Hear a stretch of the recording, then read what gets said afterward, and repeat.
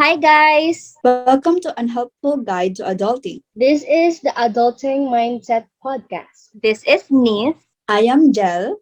and I am Tin. In this channel, we will talk mainly about adulting. We will talk about studies, work, finances, relationships, health, and other fun stuff about adulting and anything in life. We will also talk about transitioning from youth to being an adult, and we will talk about the hardship and challenges in adulting. First, let's give a little bit of background.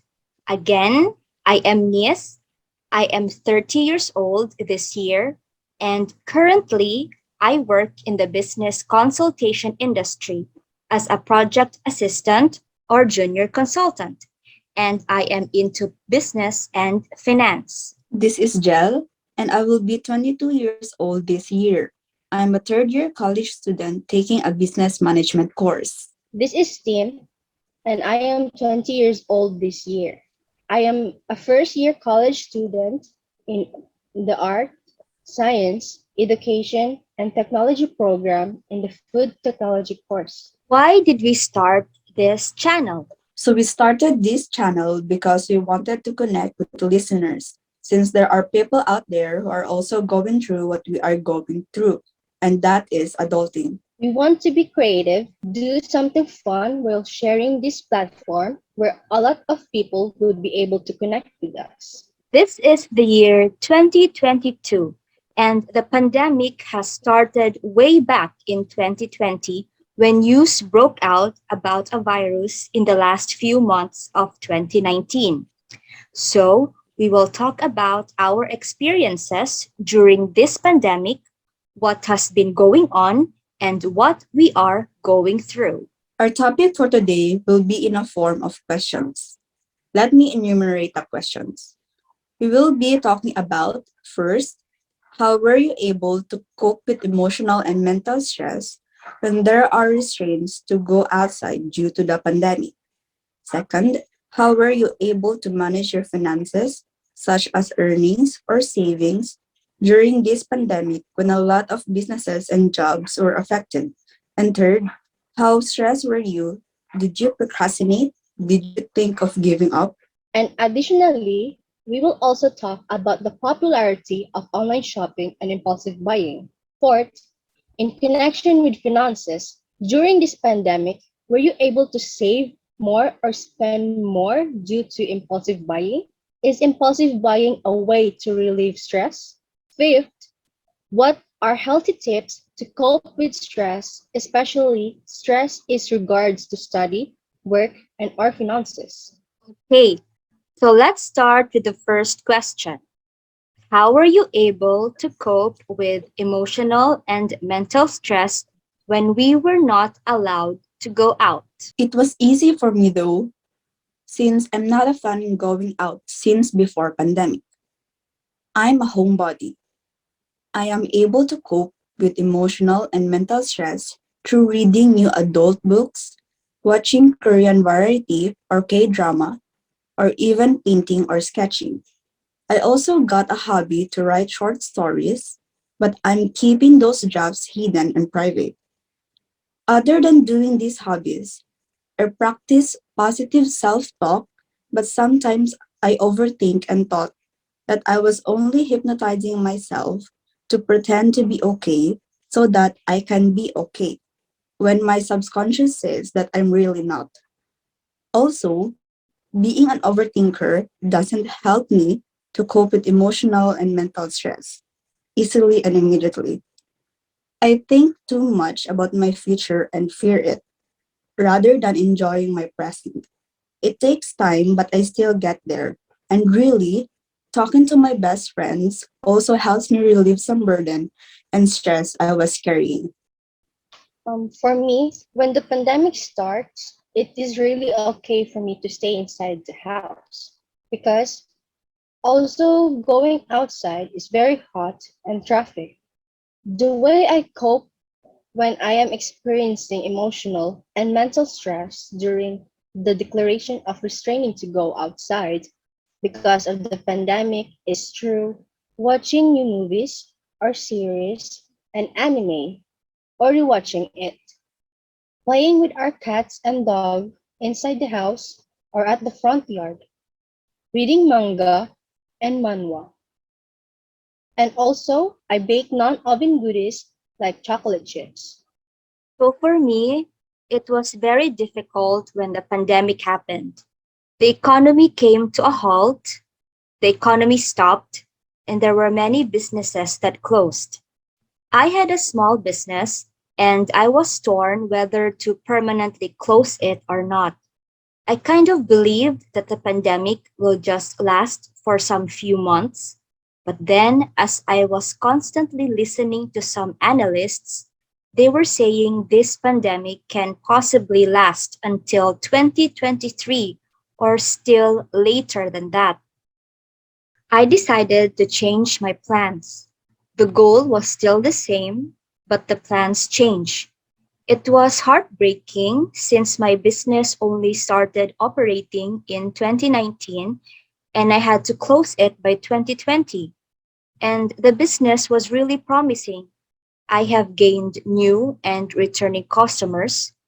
I already have the market. And all of a sudden, I had to close the business. I was able to emotionally and mentally cope with the stress and anxieties by deactivating my social media accounts and retain only some accounts where I only follow motivational and inspiring people. I read more books about meditation, business, and being patient and not giving up. I watched movies that are inspirational. I refrained from watching and participating in many stuff that involve toxicities. It was also during that time, for the first time, I watched Tony Robbins, and he did make an impact in my life in terms of thinking healthily. I joined a mastermind subscription where the mentors will help you in starting again, making money, being disciplined, and being patient. I started trying and doing a lot of things online just to have another source of income. And thankfully, I was hired as a project assistant of a lead consultant who was my former MBA professor. And of course, I did not stop praying. Prayers helped me a lot. For the second question, how were you able to manage your finances, such as earning or savings, during this pandemic, when a lot of business and jobs were affected? For me, I am unemployed and I am living with my aunt and she provides for my basic needs. I actually don't have an allowance and did not ask for an allowance from my mom for the first 9 months of a pandemic until I have hand eczema that happened last October 2020. That's the time I asked for allowances for the treatment of my eczema and other personal necessities or needs. I manage it only by buying those what I need, especially for the treatment. I didn't have time for that year to save because I spent it all on the treatment and personal necessities. For me, during the first year of the pandemic, I wasn't really thinking of my expenses until I tracked my spendings and realized I spent too much on material things. So nowadays, I manage my finances with limitations on how much I should spend for the week and for the whole month. I keep tabs on them, write it on my notes, and sometimes take a photo or screenshot of all the receipts so I can review that are what are the things I spend my money with. And if there are times I want to shop online with my wants, I always think twice until 5 to 6 times, asking myself if I need it or does it last long and be useful for me. Like I started to be strict and stingy to myself. But when it comes to food, that's when my mind and my stomach start to debate.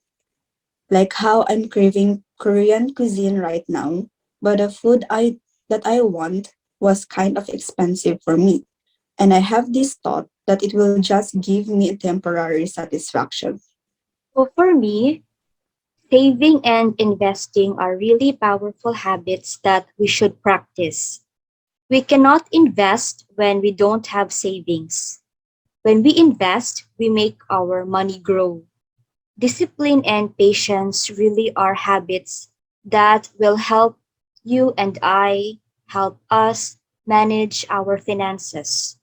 You have to be aware of your impulsive buying, so we stick to our budget, stick to your budget.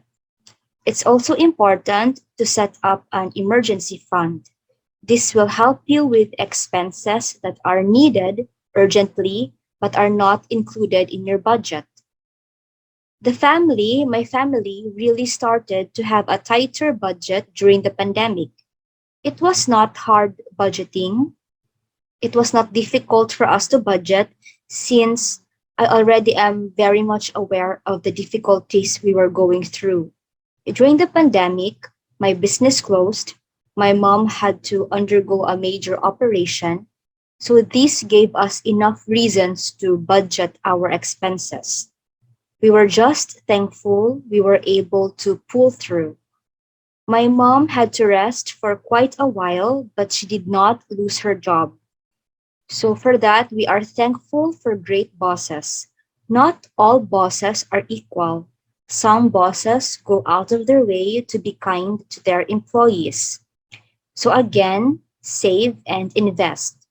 Find ways to earn even during a crisis. Look for opportunities. Less complaining and be more grateful. So, for the next question, how stressed were you? Did you procrastinate? Did you think of giving up? I'm stressed when there is an activity in PE and you have to exercise while filming it, then compile it to make a video.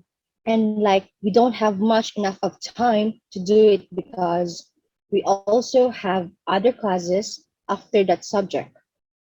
And the video must be submitted before 12 o'clock in the midnight. That is when I feel stressed because some instructors gives activities and have a small period of time to pass them. Especially we can't predict it because there are times that we have a bad internet connection. Most of our instructors gives activities and worksheets that have a 1 week deadline before passing it. And yes, I do procrastinate only to those activities and worksheet that is easy to answer or easy to do and have a long period of deadlines and pass it 2 days before the deadline. But there are some activities and worksheets, especially in our major subject, that is hard to answer and still have a 1 week deadline. I actually do it ahead of time and pass it 1 or 2 days before the deadline. Did I think of giving up? No, I did not. Even though it was stressful, I just take a minute or an hour break to ease my mind, body, and myself, but I didn't give up. If rated out of 10, currently I'm in 9. And yes, I procrastinate when stressed. I slack and become unproductive until I have a day or two left. I don't really think of giving up fully, since I submit all my projects and assessments before the deadline. And my friends that are classmates and I realize what we acquire during online classes is that we work fast and effectively under pressure. But I did say, I give up, I can't take it anymore, or I can do it. On the spur of the moment, then like 5 seconds later, I laughed at myself like a crazy person and said, don't be a disappointment. You can do this. Don't waste all the money spent on tuition fees and etc. And imagine what could have happened if I won't be responsible in all of my school activities. So yeah, I did think of giving up, but I did not give up. I was stressed to the point of giving up. When you start to adult, you think as an adult. And what most adults think, One of those is money. We need to earn in order to live. We basically need money to provide for our needs, our family's needs. When the pandemic happened, I lost my business. I had to close it, and I have to find other means of earning. I tried a lot of things and I got stressed. I opened a lot of businesses before the pandemic happened, but those businesses would fail. So I have to start again and again. The last business I had before the pandemic happened was really promising, and I thought that that was it. But the pandemic happened, and I had to close the business. And I felt again that dreadful feeling that I have to start again. There were countless times that I have given up. I just stayed in bed being very emotional. But then after a while, something would hit me again and I just start doing things again. My mind always thinks a lot of things and I end up trying things again. When you start to try doing business, it doesn't have to mean that you would be profitable overnight. It takes time, and the process is what would drive me insane. The it takes time part is the hardest, I guess. But the thing is, we just have to keep on going. As long as we believe that what we are doing is worth it, aligned with our values, and eventually would help us earn, then we should do it. So, for the next question, in connection with finances, during this pandemic, were you able to save more or spend more due to impulsive buying? Is impulsive buying a way to relieve stress? So for me, I was mostly in a state of being unenthusiastic. I was uninclined mostly during pandemic. I just don't feel like going out. I don't feel doing anything that much. All I was thinking was how to earn in the fastest way possible. I have come to a stage in my life right now that impulsive buying for me is another way just to enjoy. When I buy impulsively, I buy the affordable ones, not the luxurious ones. For example, I buy that earphone worth half a dollar just because I find the color cute and I may need a backup earphone. I may impulsively buy that fast food or frap just because at that moment in time I want to enjoy eating and drinking something I crave at that moment. Talking about relieving stress, one way to relieve stress for me is to drink green tea and just sit. Another way is to watch motivational videos on YouTube, listen to Spotify, watch something funny on Netflix just to give me a good laugh, and chat with close friends online. But I seldomly do this nowadays, though. I did save some of my allowances, but it's not that much. At least I have little savings. I did open a bank account to put my savings there and for me not to use it. I do impulsive buying, but I have a specific amount of money to use it for buying like food, fast food, chocolates, and things that I needed for class, like buying a lot of pen refills. For me, in my opinion, there are times that impulsive buying relieves stress because you purchase an item that has benefits, like food, but in terms of materials or items that you just purchases, even though you don't need them or doesn't have benefits, is not a way to relieve stress because you just purchase those even if won't give you benefits. Actually, the first half of 2021, I'm an impulsive buyer, especially that online shopping is a thing. It was one of my ways in coping with stress. I find it relaxing scrolling through the website or discovering items that I don't need but became a want. When I finally bought and received the package, it has this satisfaction of receiving a package, the unboxing moment, and the first time using the item. But I soon realized it just gave me a temporary joy, since, the products I bought is just a want and an act of impulse in the moment that I find those products interesting and fascinating. So, if you're curious as to how I changed my perspective, it was when I opened my wallet and the ones where I stashed my bills were now spacious, like cobwebs were starting to build in there. Okay, so for the next question, what are healthy tips to cope with stress, especially stress in regards to studies, work, and or finances? A healthy tips to cope with studies and work stress are to do some meditation, yoga, and exercise to release and relieve the stress, tension that builds up.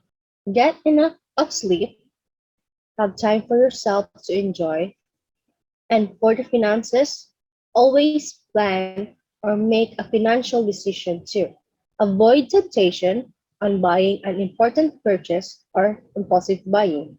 For me, I would suggest doing what you love or what makes you laugh or go all out, like letting out the stress in your body, like exercising, doing yoga, going to the beach, reading, binge watching variety shows, talking with friends, and having fun, even for a day, to let go of all the stress from school or work.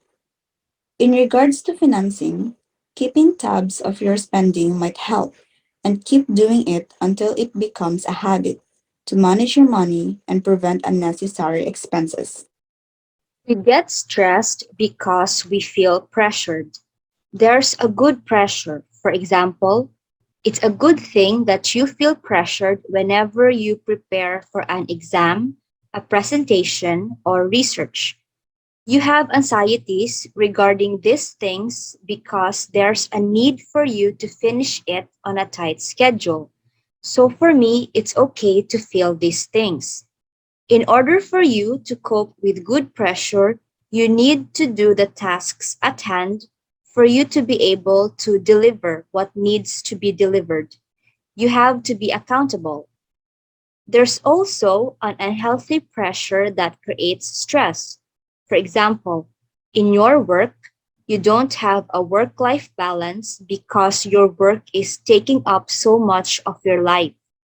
There are bosses out there giving out unreasonable many tasks to a single person, and most of these good employees quit because they have had enough and it's already damaging their mental, emotional, and physical health. But if you really like your job right now and your boss is a good boss, but there are just too many deliverables, I still believe you need to take a break once in a while to recharge your vigor, your energy. And once you come back to work, you are refreshed and recharged. Healthy tips. You talk to your boss about it if you can. Talk to your coworkers. Plan on how to achieve the deliverables without taking so much of your personal time with family, loved ones, friends, and with yourself. As for your studies, it is important for you to talk with your fellow classmates and even friends who are not your classmates. Having good conversations with them, exchanging tips, you knowing that you are not alone and that you help each other as classmates and as friends, I think that is really good for your health overall and good for your studies. As for your finances, this one may be really a challenge, especially if you have not created a good habit of managing your finances. If you are stressed with your finances, this may be the perfect time for you to earn more, lesser expenses, know how to save and invest. Pay your debts little by little and stop going into bad debts. Develop good habits and practices in managing your money. For your personal time, listen to relaxing and calming music. Listen to guided meditation. There are plenty of free guided meditations on YouTube. Listen to good music, eat healthily. If you can, have the proper amount of rest and sleep, and just be grateful. Being in a state of gratitude lessens the stress that you are going through because you have shifted your focus from stress to being grateful. Okay, so we just answered those adulting questions for this podcast. I hope that somehow our sharings have been able to help you in whatever possible ways. You can also share your answers in the comment section. We hope that this podcast was of some learning to those who have listened. Let's meet again on another episode of Unhelpful Guide to Adulting. Stay tuned as we talk about more topics soon. Subscribe, like, share, and comment. And let's connect fellow adults. Adulting can also be fun and enjoyable. Let's hop on to the series of Unhelpful Guide to Adulting podcast. Let's meet again for the next podcast. Bye.